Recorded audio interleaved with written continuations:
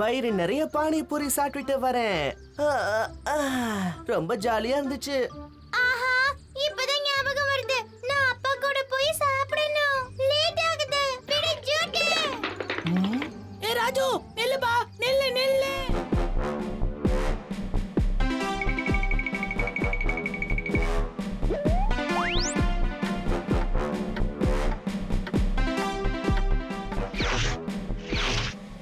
ராஜு, நீ 1 நிமிஷம் 6 செகண்ட் லேட்டா வந்திருக்க. அது வந்து அது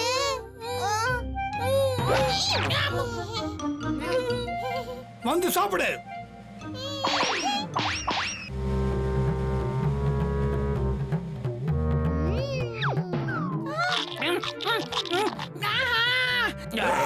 செமையா இருக்குப்பா.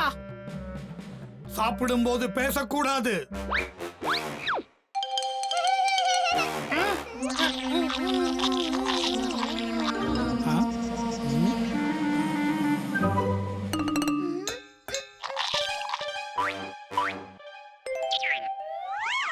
நேரா உட்காரு.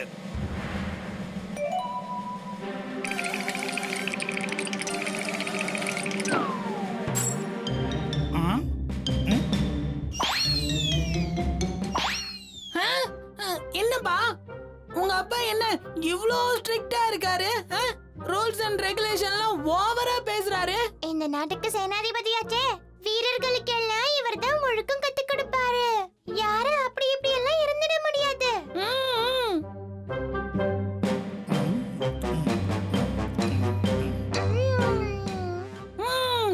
எனக்கு தெரிஞ்சு ராஜுவோட அப்பா சின்ன வயசுல இருந்தே ஸ்ட்ரிக்ட்டா இருந்திருப்பாரு போல. அதான் இந்த மாதிரி குறும்புத்தனெல்லாம் அவர் பண்ணியே இருக்க மாட்டாரு. தப்பே பண்ணிருக்க மாட்டாரு. அப்படிதானே? என்ன பேச்சு பேசுறீங்க அவி அங்கிள்? எந்த மெஷினை வச்சும் யாருடைய வயசையும் நம்மளால குறைக்க முடியாது. இதால பறவை மறுபடியும் முட்டையா மாறிடுச்சு, பட்டாம்பூச்சி மறுபடியும் புழுவா மாறிடுச்சு.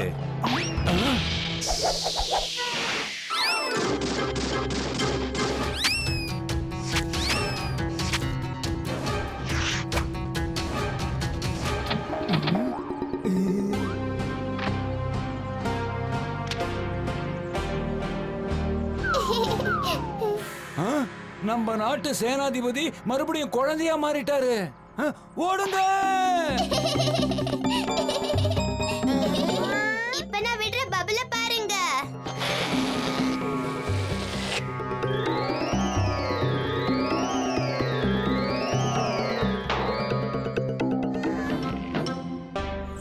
எனக்கு உடனே சேனாதிபதியார சந்திக்கணும். நீங்க உட்காருங்க.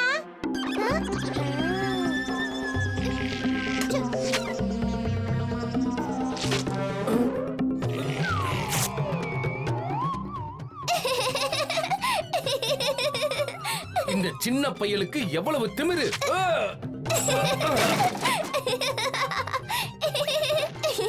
அபி அங்கிள், எங்க அப்பாவை மறுபடியும் பெரியவரா மாத்திடுங்களா?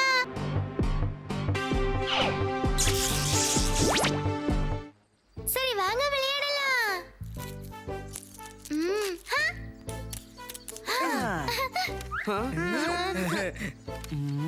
நான் மறுபடியும் ராஜாவாயிட்டேன். சரி, யாரு மந்திரி? நான் தான். அப்ப நீயே சொல்லு, இதுல யார் திருடங்க, யார் சிப்பாய்கள்? என்ன யோசிக்க விடு. நான் மட்டும் சொல்றதுக்கு யோசிச்சப்போ என்ன ரொம்ப தான் கிண்டல் பண்ண. இப்ப பார்க்கலாம் நீ எவ்வளவு பெரிய புத்திசாலின்னு. காளியா, சொல்லு சொல்ல. நீங்க இப்படியே பேசிக்கிட்டு இருங்க. இன்னும் கொஞ்ச நேரத்துல நான் எவ்வளவு பெரிய உளவாளிங்கிறத நீங்க தெரிஞ்சுப்பீங்க. எனக்கு ஒரு சின்ன துப்பு கிடைச்சாலும் போதும், அதை வச்சு சுலபமா கண்டுபிடிச்சிருவேன். சரி சரி, இப்ப முதல்ல சொல்லு.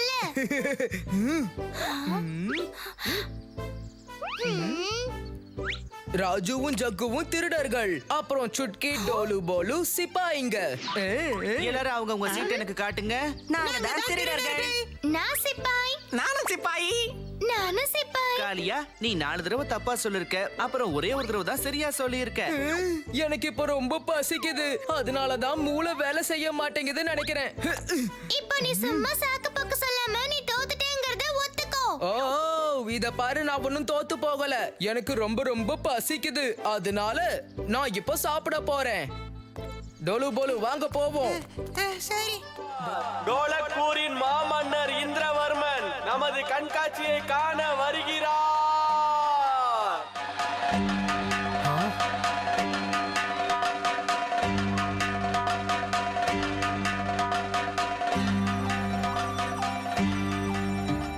மாமன்னர் வாழ்க.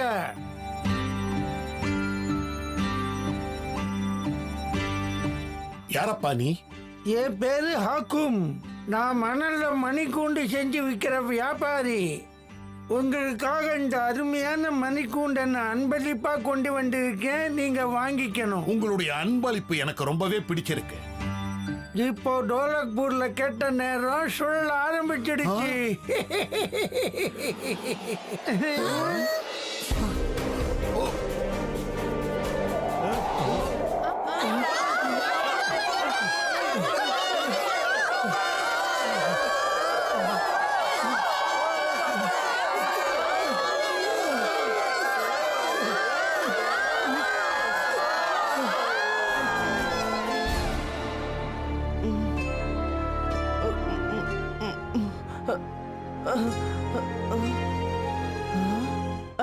அட என்ன இது? வானத்துல இருந்து மணல் மழை பெய்யுது. பீம், உனக்கு ஒண்ணும் ஆகலையே? நான் நல்லா தான் இருக்கேன் சுட்கி. அதோட மத்தவங்களும் நல்லா தான் இருக்கணும்னு நினைக்கிறேன். ஆனா ஒரு விஷயம் தான் எனக்கு இப்பவும் புரியல. வானத்துல இருந்து மணல் மழை எப்படி வருது? டோலக்பூர் அப்படியே மண்ணில் புதையிற வரைக்கும் ஆகாயத்திலேருந்து மணல் மழை பொழிஞ்சுக்கிட்டே தான் இருக்கும். உங்க நாட்டை இப்ப நான் என்னோட மணிகுண்டுல அடைச்சி வைக்க போறேன். அப்புறம் உங்க எல்லாரையும் என்கிட்ட இருந்து யாராலையும் காப்பாற்றவே முடியாது. சரி பீம், இதுல இருந்து நாம எப்படி விடுபடுறது? கவலையே படாதீங்க மகாராஜா. இதுல இருந்து விடுபடுறதுக்கு நிச்சயமா ஏதாவது ஒரு வழி இருக்கும். அது வரைக்கும் இந்த மணல் மேலதான் நம்ம இருந்தாகணுமா? அப்படின்னா மகாராஜா எல்லாரையும் நீங்க அரண்மனைக்கு கூட்டிட்டு போயிடுங்க. ஏன்னா அரண்மனை மணல்ல புதைய நேரமாகும். நானும் மகாராஜா கூட போவேன். நாங்க எங்க தலைவர் கூட தான் இருப்போம். கொஞ்ச நேரத்துக்கு முன்னாடி ஜெயண்ட் வீல்ல உட்கார்றதையே அவமானமா சொல்லிட்டு இருந்த. இப்போ பயந்து இங்க இருந்து ஓட பாக்குறியா? அங்க பாருங்க, அந்த மரக்கட்டையால நம்மால இந்த கண்ணாடியை உடைக்க முடியல. ஆனா இப்போ ஒரு வழி இருக்கு. அந்த ஜெயண்ட் வீலை வச்சு நம்மால இந்த கண்ணாடியை உடைக்க முடியும்.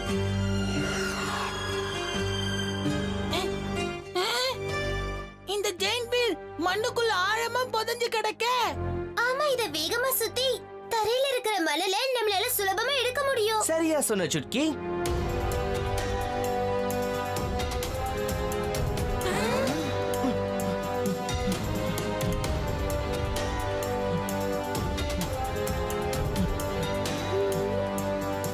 இந்த பீம்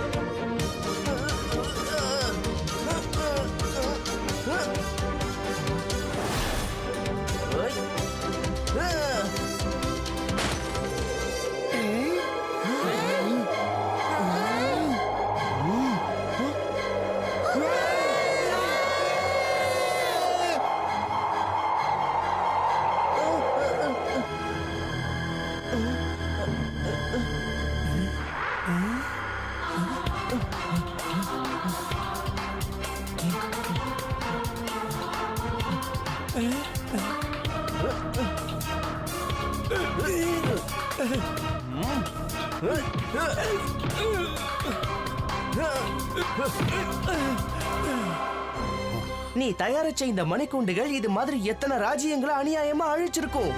இனிமே அது முடியாது. வீரர்களே, இவரை இழுத்துட்டு போங்க. இருட்டு குகையில அடைச்சி வையுங்க.